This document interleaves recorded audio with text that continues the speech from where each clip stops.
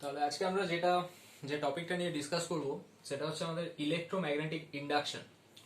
তো এই পার্টে আমরা বেসিক্যালি ওই আমাদের ফ্যারাডের দুটো ল এবং লেন্স ল, তার ম্যাথমেটিক্যাল ফর্ম এবং এই রিলেটেড টপিকগুলো নিয়ে ডিসকাস করব মেনলি।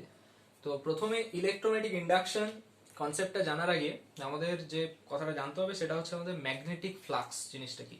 যেমন আমরা ইলেকট্রিক ফ্লাক্স পড়েছিলাম, ঠিক তেমনি এখানে আমাদের জানতে হবে যে what is magnetic flux. Magnetic ফ্লাক্সকে জেনারেলি আমরা ফাই বি সিম্বল দিয়ে ডিনোট করে থাকি, ফাই সাফিক্সে বি। তো ম্যাগনেটিক ফ্লাক্স যেটা রয়েছে, তো ম্যাগনেটিক ফ্লাক্সের ডেফিনেশন আমরা এটা বলতে পারি যে ম্যাগনেটিক ফ্লাক্স জিনিসটা কি না, আমরা নর্মালি বলে থাকি যেটা যে number of magnetic lines of force. ঠিক আছে, মানে যতগুলো number of lines of force, the number of magnetic lines of force, magnetic lines of force that passing through. বাংলায় বললে যতগুলো মানে চৌম্বক বলরেখা পাস করছে, passing perpendicular through a surface, perpendicular through a surface. তাহলে এটাই হচ্ছে আমাদের just normal definition of magnetic flux. It is just a number. Magnetic flux বলতে একটা নাম্বার কি বোঝাচ্ছে, যে number of magnetic lines of force, যতগুলো চৌম্বক বলরেখা যাচ্ছে, যতগুলো magnetic lines of force cross করছে, পাসিং থ্রু মানে passing perpendicular through a surface. মানে কোন একটা সারফেস, যদি আমি এরকম একটা সারফেস নিয়ে থাকি, ওকে, এরকম একটা সারফেস নিয়েছি, এই সারফেসের পারপেন্ডিকুলার সারফেস কোনটা, এই সারফেসটা যদি আমি এরকম ভাবি প্লেন, তো নিচের দিকে যখন আসছি, মানে আমি এই ডাইরেকশনে যখন আসছি, সেটা নিশ্চয়ই তার পারপেন্ডিকুলার নয় অ্যালং দ্য সারফেস। তার এই সারফেসের সাথে এই সারফেসটা সাপোজ আমি নিচের দিকে ধরছি, এই সারফেসটাকে, এটা আমার এরকম, তাহলে আমি সারফেসের অ্যালং যদি যাই, সারফেসটা এরকম, আমি সারফেসের অ্যালং যাচ্ছি, মানে এই নিচের দিকেই যাচ্ছি, এরকম ভাবে যাচ্ছি, এরকম ভাবে যখন যাচ্ছি, এটার মানে কি, এটা নিশ্চয়ই পারপেন্ডিকুলার নয়। পারপেন্ডিকুলার কোনটা, এইটা। তার মানে এই সারফেসটা আমার এরকম রয়েছে, সারফেসের সাথে এটা হচ্ছে পারপেন্ডিকুলার। তার মানে এই সারফেসের পারপেন্ডিকুলারে, মানে এই ডাইরেকশনে যতগুলো ম্যাগনেটিক লাইনস অফ ফোর্স যাচ্ছে, তাহলে that is called magnetic flux. Magnetic flux মানে কি না, number of magnetic lines of force that passing perpendicular through a surface, মানে এই সারফেসের সাথে পারপেন্ডিকুলার থাকতে হবে। ওকে, তাদেরকে আমরা বলে থাকি ম্যাগনেটিক ফ্লাক্স। তো এখন যদি আমি ধরে নিলাম যে এখানে এখানে সাপোজ আমি ধরে নিলাম যে ম্যাগনেটিক ফ্লাক্সের ডেফিনেশন তো এটা রয়েছে। এবারে আমি এখানে ধরলাম যে ম্যাগনেটিক ফ্লাক্স, এরকম একটা সারফেস রয়েছে যার মধ্য দিয়ে magnetic flux perpendicular to the surface, এখানে চারটে যাচ্ছে, বাইরে আসে আরো। তাহলে এই যে পারপেন্ডিকুলার টু দ্য সারফেস, মানে এখানে আলটিমেট ফাই কতগুলো, চারটে। এইবারে দেখা গেছে যে যখন আমি ফিল্ডটাকে স্ট্রং করছি, মানে বি এর স্ট্রেংথটা যখন আমি ইনক্রিজ করছি, বি এর স্ট্রেংথ যখন ইনক্রিজ করছি, তখন ম্যাগনেটিক লাইনস অফ ফোর্স গুলো পারপেন্ডিকুলার টু দ্য সারফেস অনেক বেড়ে যাচ্ছে। সাপোজ এখানে 7টা আমি দেখালাম এই ভেতরে, বাইরে যেরকম আছে আছে, তাহলে আমি এখানে বলতে পারি 5b ইকুয়াল টু 7। এখানে 5b সমান 4 ছিল। তাহলে এখানে আমরা এটা এক্সপেরিমেন্টালি দেখা গেছে যে ম্যাগনেটিক ফিল্ড আগে যত ছিল তার থেকে স্ট্রেংথটা যখন আমি ইনক্রিজ করছি, ম্যাগনেটিক ফিল্ড ইনক্রিজ করলে, ম্যাগনেটিক ফিল্ডের স্ট্রেংথ যখন বাড়াচ্ছি, তখন আমরা দেখতে পাচ্ছি যে ফ্লাক্সের পরিমাণটা বেড়ে যাচ্ছে। ম্যাগনেটিক ফ্লাক্স মানে number of magnetic lines of force passing perpendicular through the surface, সেটা ইনক্রিজ করছে। কিভাবে ইনক্রিজ করছে, ম্যাগনেটিক ফিল্ডের স্ট্রেংথ যখন বাড়াচ্ছি, তত আমরা দেখতে পাচ্ছি ফ্লাক্স বাড়ছে। তাহলে আমরা একটা কথা এখান থেকে লিখতেই পারি যে ফাই বি মানে flux directly proportional to magnetic field strength. এই কথাটা লিখতে পারি কিনা, যে ফাই বি যেটা রয়েছে flux, magnetic flux directly proportional to magnetic field. ঠিক এটাও যেমনি পসিবল, তেমনি এক্সপেরিমেন্টালি এটাও দেখা গেছে যে স্ট্রেংথ বাড়ালে যেরকম ফ্লাক্স বাড়ছে, ঠিক সিমিলারলি আমরা যদি এরিয়া ইনক্রিজ করি, মানে এরিয়াটা এরকম ছিল, এখন যদি এরিয়াটাকে আমি বাড়িয়ে দিলাম, যত বেশি এরিয়া হচ্ছে তত আমার ফ্লাক্সের পরিমাণ আরো বেড়ে যাচ্ছে।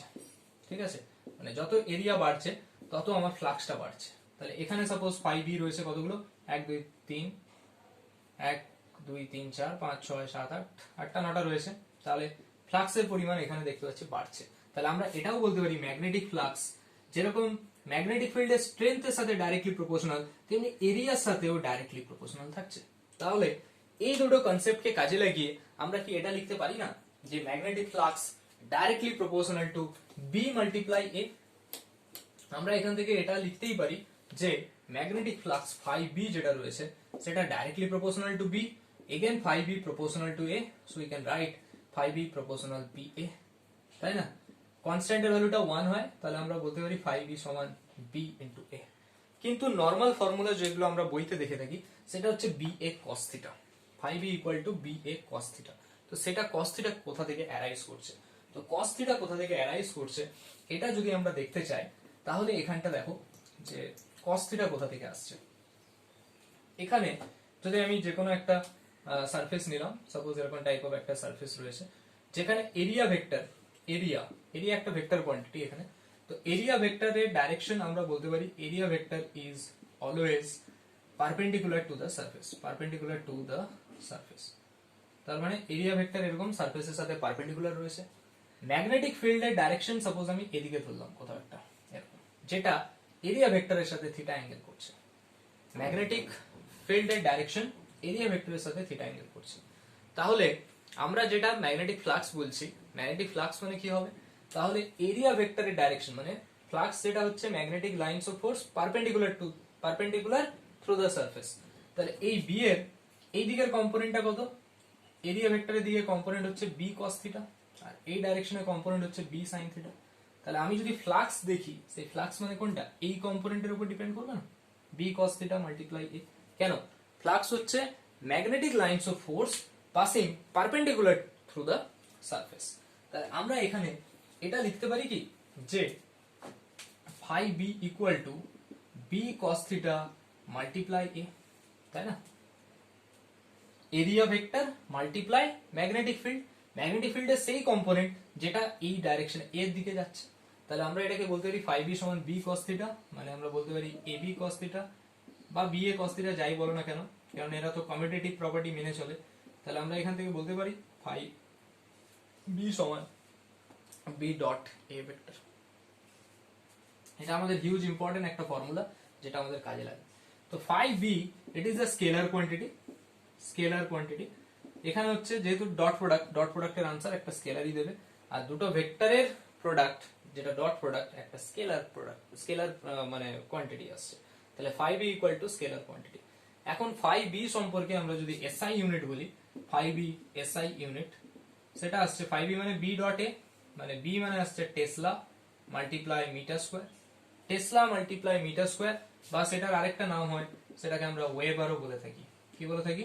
ওয়েবার। তাহলে ম্যাগনেটিক ফ্লাক্সের এসআই ইউনিট যেটা আমাদের থাকলো ওয়েবার, এন্ড সিজিএস ইউনিট যদি আমি দেখি ফাই বি এর সিজিএস ইউনিট সেটাকে বলা হয় কি ম্যাক্সওয়েল।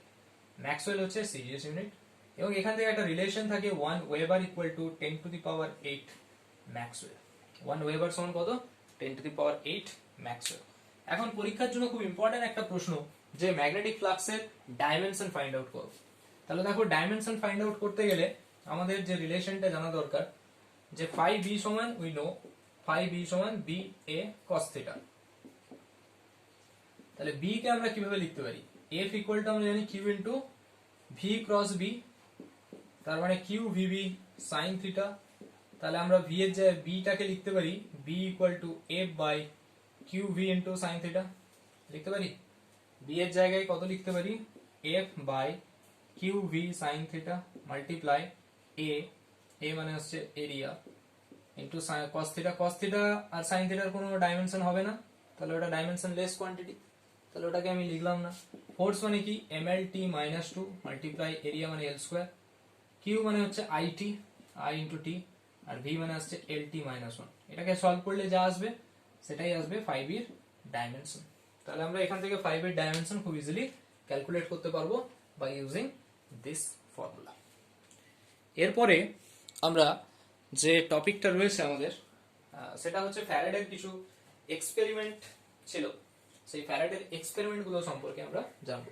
এখানে আমরা ম্যাগনেটিক ফ্লাক্স রিলেটেড আলোচনা করলাম। ফ্যারাডেজ এক্সপেরিমেন্ট গুলো জানবো, এবং সেখান থেকে ফ্যারাডেজ যে ল গুলো রয়েছে তো সেই ল গুলো সম্পর্কে আমরা ডিসকাস করব। তারপরে আমরা লেন্স লতে যাব।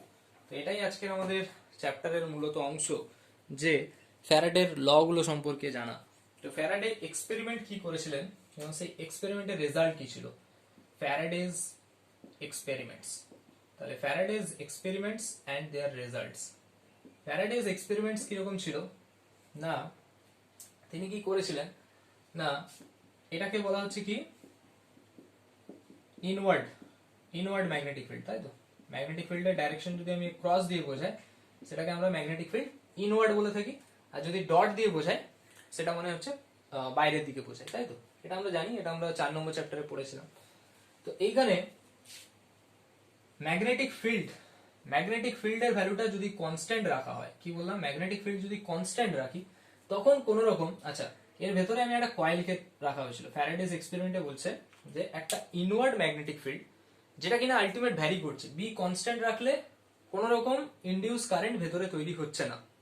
কি বললাম, বি যখন কনস্ট্যান্ট, ম্যাগনেটিক ফিল্ড যখন কনস্ট্যান্ট, তখন এই কয়েলটার মধ্যে কোন রকম, এটা একটা কন্ডাক্টিং কয়েল, ইনডিউস কারেন্ট কিছু তৈরি হচ্ছে না, কারেন্ট ইকুয়ালস টু 0 যখন বি কনস্ট্যান্ট। কিন্তু বি যখন ভ্যারি করছে, ভ্যারি মানে সেটা ইনক্রিজ হতে পারে, ডিক্রিজ হতে পারে, ভ্যারি করছে, বি যখন ভ্যারি করলে, মানে ভ্যারি মানে বলতে চাইছে increase or decrease, no problem, যে কোনো বি ইনক্রিজ বা ডিক্রিজ যেটাই হচ্ছে না কেন, সেখানে কি হচ্ছে, একটা এই যে কন্ডাক্টিং কয়েলটা রয়েছে, এটা একটা কন্ডাক্টিং কয়েল। ফ্যারাডে এক্সপেরিমেন্ট এরকম দেখলেন যে বি কে যখন আমি ইনক্রিজ বা ডিক্রিজ করছি তখন এই কন্ডাক্টিং কয়েলে একটা কারেন্ট ইনডিউস হচ্ছে। এবার কারেন্টের ডাইরেকশন কিভাবে হবে কি সেটা আমরা পরে আসবো যখন আমরা লেন্স ল পড়বো। কারেন্টের ডাইরেকশন আমি এখানে ধরে নিলাম, সাপোজ এটা অ্যান্টি ক্লকওয়াইজ ডাইরেকশনে একটা কারেন্ট আই ইনডিউসড হচ্ছে, I amount of current I হচ্ছে এটা যে ইনডিউসড কারেন্ট। তাহলে ইনডিউসড কারেন্ট একটা জেনারেট হচ্ছে যখন বিটা ইনক্রিজ বা ডিক্রিজ করছে, কন্ডাক্টিং কয়েলের মধ্যে একটা কারেন্ট ইনডিউসড হচ্ছে। এটা অবজার্ভ করা গেল ফার্স্ট, এরকম একটা এক্সপেরিমেন্ট থেকে দেখা গেল। আবার কি দেখা গেল, বিটাকে এবার ভ্যারি করালো না, বিটাকে কনস্ট্যান্ট রেখে দিল, এটা একটা কন্ডিশন। সেকেন্ড কন্ডিশন দেখা গেল যে বিটাকে কনস্ট্যান্ট রেখে দেওয়া হয়েছে, তাহলে বি যখন কনস্ট্যান্ট, ওই একই রকম কয়েল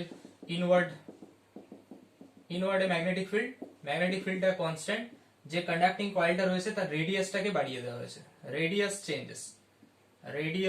চেঞ্জেস, আর আমরা বলতে পারি এরিয়াটাকে চেঞ্জ করে দেওয়া হলো। এরিয়া চেঞ্জ করতেও দেখা গেল এই যে কন্ডাক্টিং কয়েলটা ছিল, এরিয়া চেঞ্জ করতে এর মধ্যে একটা ইনডিউসড কারেন্ট জেনারেট হলো। তাহলে আমরা দুটো জিনিস পেলাম, যে আইদার ম্যাগনেটিক ফিল্ডের স্ট্রেংথটাকে আমি বাড়ানো কমানো করলাম তখন এখানে একটা কারেন্ট ইনডিউসড হলো, বা ম্যাগনেটিক ফিল্ডটাকে কনস্ট্যান্ট রেখে যদি আমি রেডিয়াসটাকে নিয়ে চেঞ্জ করি বা এরিয়াটাকে নিয়ে চেঞ্জ করি তাহলে আমরা দেখলাম একটা কারেন্ট ইনডিউসড হলো। আরেকটা কেস দেখা গেছিল, সেটা হচ্ছে যে যদি এর মাঝখানের অ্যাঙ্গেলটাকে, মানে দেখো এটা তো ইনওয়ার্ড, ম্যাগনেটিক ফিল্ড ইনওয়ার্ড রয়েছে,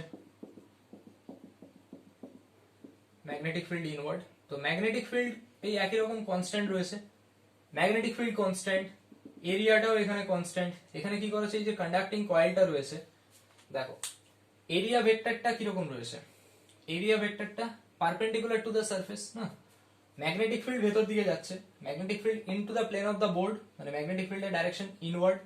আর যদি আমি বলি এখানে এরিয়া ভেক্টরের direction perpendicular to the surface, তাহলে এই সারফেস থেকে বাইরের দিকে আসছে, এরিয়া ভেক্টরটা বাইরের দিকে আসছে, তাহলে বি আর এর মাঝখানে যে অ্যাঙ্গেলটা রয়েছে থিটা, তাহলে বি ভেতরে, এ এদিকে, তাই না, এটা হচ্ছে কি perpendicular to the surface.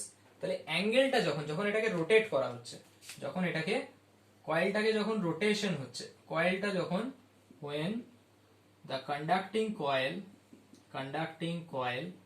rotates, conducting কয়েলটা যখন রোটেট করছে ওমেগা অ্যাঙ্গুলার ভেলোসিটি নিয়ে, যখন এটা রোটেট করছে, তো কন্ডাক্টিং কয়েলটা রোটেট করলে কি হচ্ছে, এরিয়া ভেক্টরটাও তো রোটেট করছে, এরিয়া ভেক্টরটা বাইরে দিয়েছিল, ম্যাগনেটিক ফিল্ডের ডাইরেকশন তো ইনওয়ার্ড, এরিয়া ভেক্টরটা বাইরে দিয়েছিল, রোটেট করছে, যখন এটাও রোটেট করছে, তো এই রোটেশনের জন্য একটা কারেন্ট ইনডিউসড হচ্ছে এখানে আই। তাহলে for this rotation I induced current generated.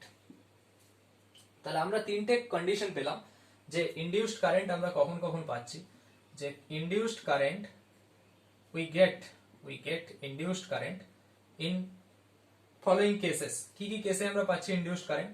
এক নম্বর বলতে পারছি যে বি এর স্ট্রেংথটাকে যখন ভ্যারি করছি, সেকেন্ড বলছে এরিয়া চেঞ্জেস, মানে এটা চেঞ্জেস।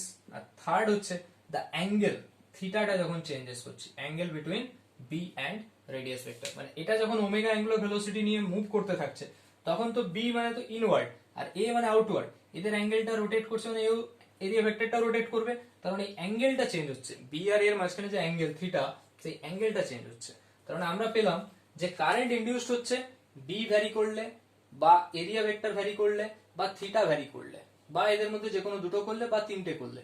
তাহলে আমরা এখান থেকে এটা বলতে পারি না B A cos theta, B A cos theta, ফ্লাক্সের ডেফিনেশন কি ছিল, বি ইন্টু এ ইন্টু কস থিটা। মানে আমরা এটা বলতে পারি যে বি ভ্যারি, এরিয়া ভ্যারি বা তাদের মাঝখানে অ্যাঙ্গেল ভ্যারি, বা ইন টার্মস অফ সিঙ্গেল ওয়ার্ডে আমরা বলতে পারি the induced current generated in a coil when, induced current তখনই জেনারেট করছে যখন ফ্লাক্সটা চেঞ্জ করছে, ম্যাগনেটিক ফ্লাক্স যখন চেঞ্জ করছে। ফ্লাক্স ইনক্রিজ বা ডিক্রিজ সেটা বলছে না, যে কোনো হতে পারে, ফ্লাক্সটা চেঞ্জ করলেই হবে, ফ্লাক্স চেঞ্জ করলেই ইনডিউসড কারেন্ট জেনারেট হচ্ছে। ঠিক আছে, তো এটা ছিল আমাদের ফ্যারাডেস ল। ফ্যারাডেস ল এবার আমরা যদি বলে থাকি ফার্স্ট ল, সেটা লেখো। ফ্যারাডেস ফার্স্ট ল কি বলছে? Faraday's first law for electromagnetic induction. Faraday's first law for electromagnetic induction. Faraday's first law of electromagnetic induction, EMI in short বলা হয়। তাহলে এখানে ফ্যারাডেস ফার্স্ট ল এটা বলতে চাইছে যে if there is a change in magnetic flux, change in magnetic flux linked up with the coil, যখন এখানে একটা চেঞ্জ ইন ম্যাগনেটিক ফ্লাক্স রয়েছে, if there is a change in magnetic flux, যখন একটা চেঞ্জ ইন ম্যাগনেটিক ফ্লাক্স দেখা যাচ্ছে linked up with the coil, then an induced EMF is generated. মানে induced EMF একটা তৈরি হচ্ছে বা একটা প্রডিউস হচ্ছে যখন ম্যাগনেটিক ফ্লাক্সটা চেঞ্জ হচ্ছে। ম্যাগনেটিক ফ্লাক্স ইনক্রিজ হতে পারে, ডিক্রিজ হতে পারে। তো ইনক্রিজ ডিক্রিজ হলেই তখন একটা ইএমএফ জেনারেট হচ্ছে, ইনডিউসড ইএমএফ জেনারেট হচ্ছে। And if the circuit is closed, circuit যদি ক্লোজড হয়, if the circuit is closed then an induced current, সার্কিটটা ক্লোজ হলে induced current is also generated. ঠিক আছে, আমরা সার্কিটটা যখন ক্লোজড হচ্ছে তখনই একটা ইনডিউসড কারেন্ট পেয়ে থাকছি। এটা ততক্ষণ পর্যন্তই পাবো, আমরা ইনডিউসড কারেন্টটা ততক্ষণ পর্যন্তই পাবো যতক্ষণ পর্যন্ত চেঞ্জ ইন ম্যাগনেটিক ফ্লাক্সটা অবজার্ভ করা যাবে। we get an induced current up to which there is a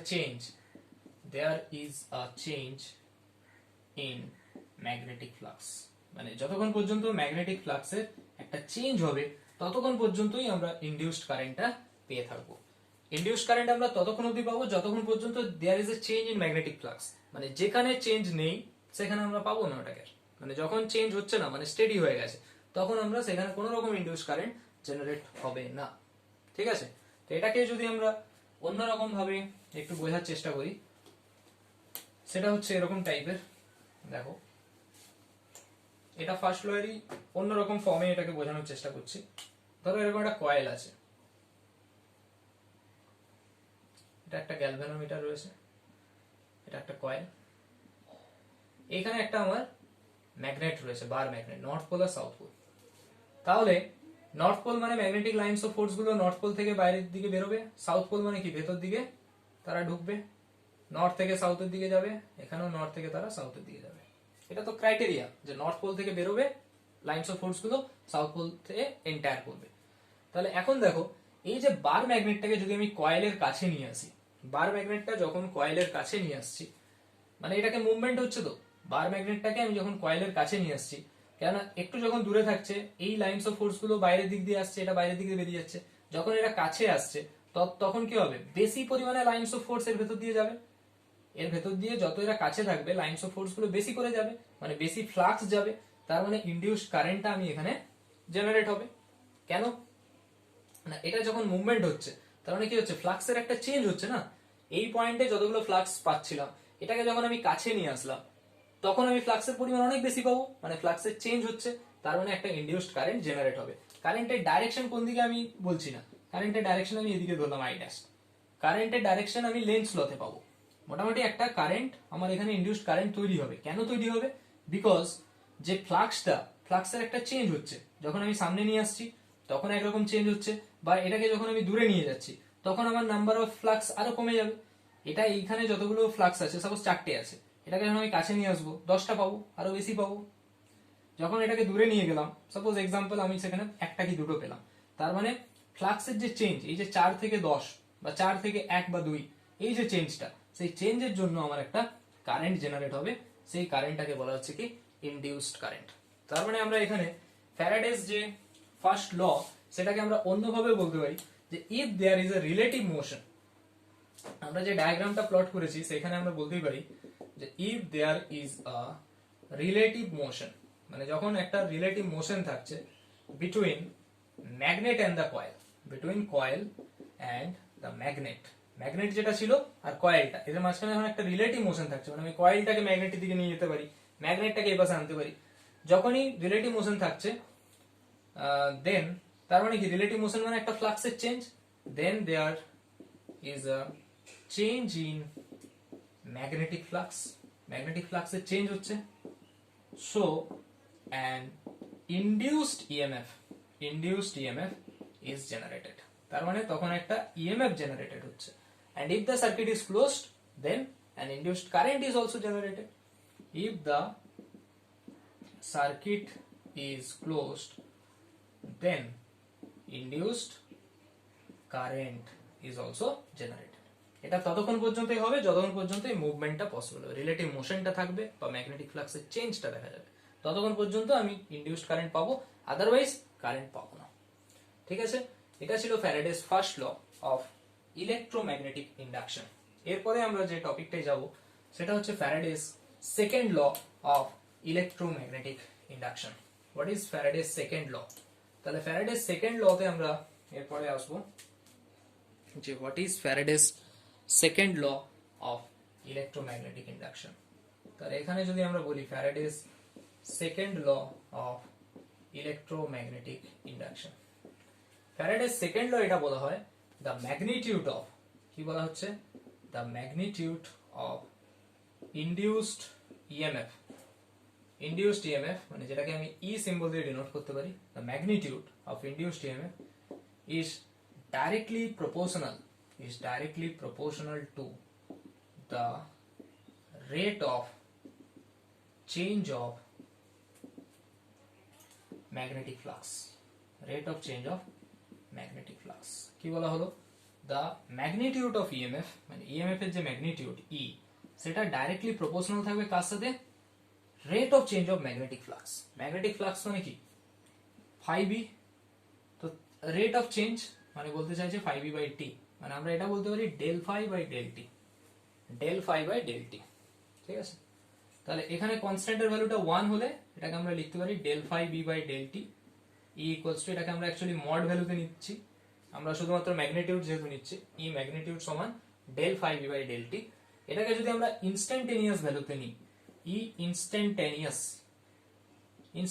মানে অ্যাট ইনস্ট্যান্ট অফ টাইম, তখন ডেল ফাই না বলে সেটাকে আমরা বলবো D phi B by DT, মানে আমাদের ডেরিভেটিভ করতে হবে উইথ রেসপেক্ট টু টাইম। ঠিক আছে, তাহলে the magnitude of induced EMF is directly proportional to rate of change of magnetic flux. এটা হচ্ছে আমাদের ফ্যারাডেস সেকেন্ড ল, যে ম্যাগনিটিউড অফ ইনডিউসড ইএমএফ যেটা ই, সেটা ডাইরেক্টলি কার সাথে প্রপোর্শনাল থাকছে, rate of change of magnetic flux মানে del phi B by del T, আর ইনস্ট্যান্টেনিয়াস বললে D phi B by DT সেটাকে বলা হচ্ছে। ওকে, তো এইখানে আমরা ইএমএফ পেলাম, ইএমএফ পেলে এবার যদি সার্কিটটা ক্লোজ হয় তখন আমরা একটা কারেন্ট পাবো, কারেন্ট পাওয়া মানে একটা রেজিস্ট্যান্স নিশ্চয়ই থাকছে ওখানে। তো এবার আমরা যদি ধরে নিই যে রেজিস্ট্যান্স অফ দ্য কয়েল, সেটা যদি আমি আর ওহম ধরি, রেজিস্ট্যান্সটা সাপোজ আমি ধরলাম এখানে আর ওহম, তাহলে রেজিস্ট্যান্স যদি আর ওহম হয় তাহলে কারেন্ট আই ইকুয়ালস টু কত হবে, current I equals to V by R, মানে D phi B by DT into 1 by R. ঠিক আছে, এই হচ্ছে আমার এখানে কারেন্টের ফর্মুলা। কারেন্ট ইকুয়ালস টু কি হয়, Ohm's law, V equal to IR, এখানে ইএমএফ রয়েছে, I equals to E by R, মানে del phi V by del T multiply 1/r। তো এখান থেকে এটা আমরা পেয়ে গেলাম। এরপরে যদি আমরা একটা সিম্পল নিউমেরিক্যাল করি, সিম্পল নিউমেরিক্যাল এখান থেকে আমাদের ঠিক এরকম ধরা যেতে পারে যে কোশ্চেন, ইফ ম্যাগনেটিক ফ্লাক্সটা ভ্যারি করছে উইথ টাইম, আমরা ধরলাম 5t square minus 2t plus 7, এত ওয়েবার ম্যাগনেটিক ফ্লাক্স, এত ওয়েবার, তাহলে find out the EMF at t equal to 2 second time. EMF টা কত হবে at t equal to 2 second time, ঠিক আছে, এটা হচ্ছে কোশ্চেন। তাহলে দেখো যখনই ইএমএফ বের করতে হবে, ই ইকুয়াল টু আমাদের ফর্মুলা কি হয়, D phi V by DT. তাহলে এখানে এটাকে আমরা লিখতে পারি DDT of 5t square minus 2t plus 7। তাহলে এটা কত আসবে, 10t মাইনাস 2 প্লাস 7 তো থাকবে না, কনস্ট্যান্ট। তাহলে এটা আমাকে বের করতে হবে at t equal to 2 second, মানে t এর জায়গায় 2 পুট করে দাও, 20 minus 2 that means 18 volt. EMF এর ইউনিট কি হবে, ভোল্ট। তাহলে জাস্ট ইএমএফ যেহেতু বের করতে বলেছিল, ইএমএফ বের করতে বলেছে মানে আমাকে এখানে কি করতে হলো, ডি ফাই বাই ডিটি করতে হলো, মানে derivative with respect to time. এবার t equal to 2 সেকেন্ড বলেছিল, তাই t এর জায়গায় আমরা 2 সেকেন্ড পুট করলাম। তো এইভাবে এটাকে আমরা করতে পারি। এরপরে আমরা ফ্যারাডেস দুটো ল তো আমরা পড়লাম, এরপরে আমাদের যে নেক্সট টপিক রয়েছে সেটা হচ্ছে the direction of induced EMF. যে ইনডিউসড ইএমএফ যেটা জেনারেট হচ্ছে তার ডাইরেকশন নিয়ে এবার আমাদের স্টাডি করতে হবে। তো ইনডিউসড ইএমএফ এর ডাইরেকশন, সেটা আমরা স্টাডি করার জন্য যে টপিকটার হেল্প নেব সেটা হচ্ছে আমাদের লেন্স ল, ঠিক আছে। তো এরপরে আমরা লেন্স ল নিয়ে আলোচনা করবো।